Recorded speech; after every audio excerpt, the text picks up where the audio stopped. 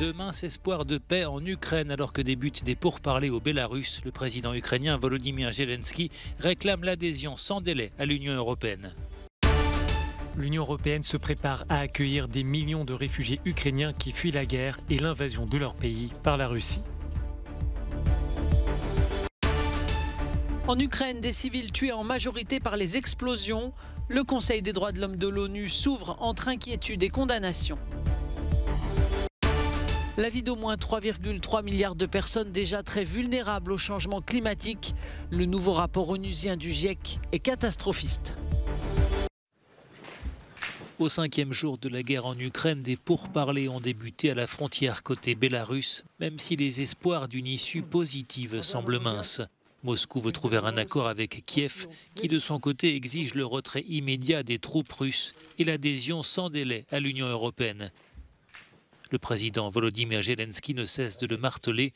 L'Ukraine se battra sans relâche pour défendre sa souveraineté et choisir son destin. Nous lançons un appel à l'Union européenne concernant l'adhésion immédiate de l'Ukraine dans le cadre d'une procédure spéciale. Nous sommes reconnaissants envers nos partenaires pour leur soutien, mais notre objectif est d'être avec tous les Européens et surtout d'être égaux. À Kiev, la capitale, les rues demeuraient désertes ce matin après une nuit jugée plus calme que les précédentes. Des milliers de civils sont toujours réfugiés dans des abris souterrains pour se protéger des bombardements des forces russes qui se heurtent à la résistance des troupes ukrainiennes. Le bilan humain fait déjà état de plus de 200 civils tués selon Kiev. L'Union européenne se prépare à accueillir des millions d'Ukrainiens qui fuient la guerre avec la Russie. La Roumanie est l'une des principales portes d'entrée pour échapper au combat. C'est ici que Svitlana a trouvé refuge, mais elle est désespérée par la situation dans son pays natal.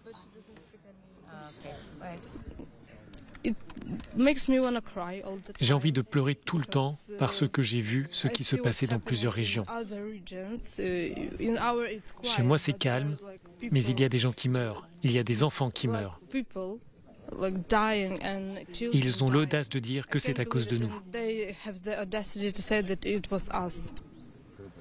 Des Roumains venus de tout le pays viennent prêter main forte aux autorités pour accueillir les réfugiés.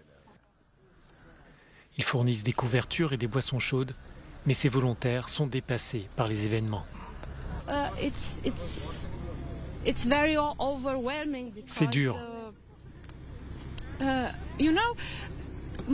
La plupart des gens restent chez eux, au chaud, et vivent leur vie. Mais ces personnes ici vivent un cauchemar.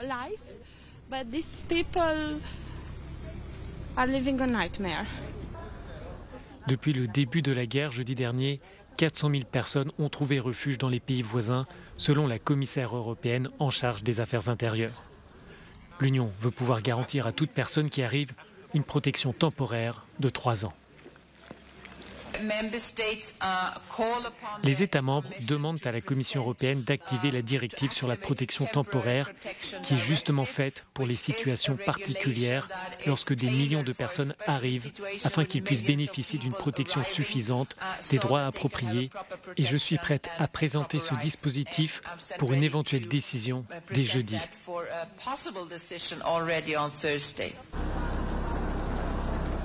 Des millions de déplacés ukrainiens se tournent vers l'Union européenne pour obtenir toute forme d'aide possible. Face à l'invasion de l'Ukraine par la Russie, les appels à voir Kiev rejoindre l'Union européenne se font de plus en plus forts. Par téléphone, le président ukrainien a demandé à la Commission européenne une aide financière et une adhésion d'urgence au projet commun. Une procédure qui nécessite en temps normal des années de négociations et de réformes.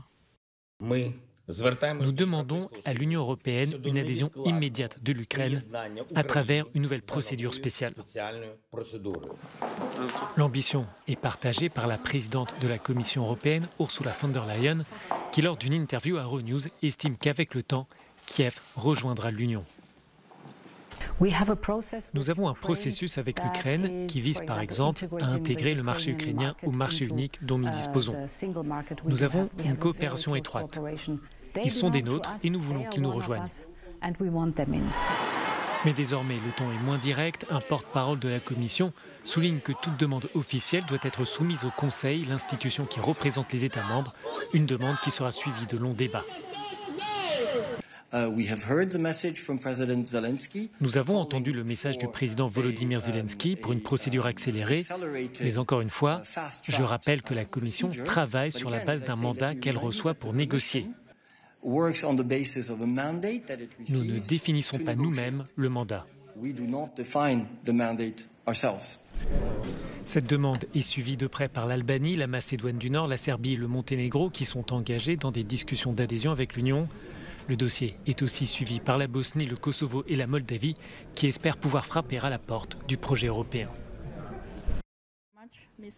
Les assauts russes chamboulent l'ouverture de la 49e session du Conseil des droits de l'homme prévue jusqu'au 1er avril à l'ONU à Genève. Session à laquelle doivent participer de nombreux ministres, y compris le chef de la diplomatie russe, Sergueï Lavrov, ce mardi. La haute commissaire de l'ONU aux droits humains, Michelle Bachelet, a ouvert la séance sur la souffrance des Ukrainiens. Entre jeudi matin et la nuit dernière, notre bureau a enregistré 406 victimes civiles, dont 102 morts, y compris 7 enfants et 304 blessés. La plupart de ces civils ont été tués par des armes explosives ayant une large zone d'impact, notamment des tirs d'artillerie lourde et des systèmes de roquettes à lanceurs multiples ainsi que des frappes aériennes. Les chiffres réels sont, je le crains, considérablement plus élevés. Le secrétaire général de l'ONU s'en est pris à Vladimir Poutine. Il est revenu notamment sur la fermeture en décembre de l'ONG Memorial. Les autocrates en particulier savent que les droits humains constituent la plus grande menace pour leur pouvoir. Nier, rejeter, détourner l'attention, ils ne reculent devant rien tandis qu'ils piétinent les libertés et droits fondamentaux. Contraindre la fermeture d'une organisation reconnue de défense des droits de l'homme, grande par son histoire et par ses liens internationaux, n'est pas le signe d'un État fort. C'est le signe d'un État qui craint la puissance des droits humains. L'Ukraine a obtenu un large soutien en faveur d'un débat urgent au Conseil des droits de l'homme sur l'invasion russe. Il aura lieu jeudi et Kiev entend y demander une enquête sur les violations présumées des droits humains par Moscou.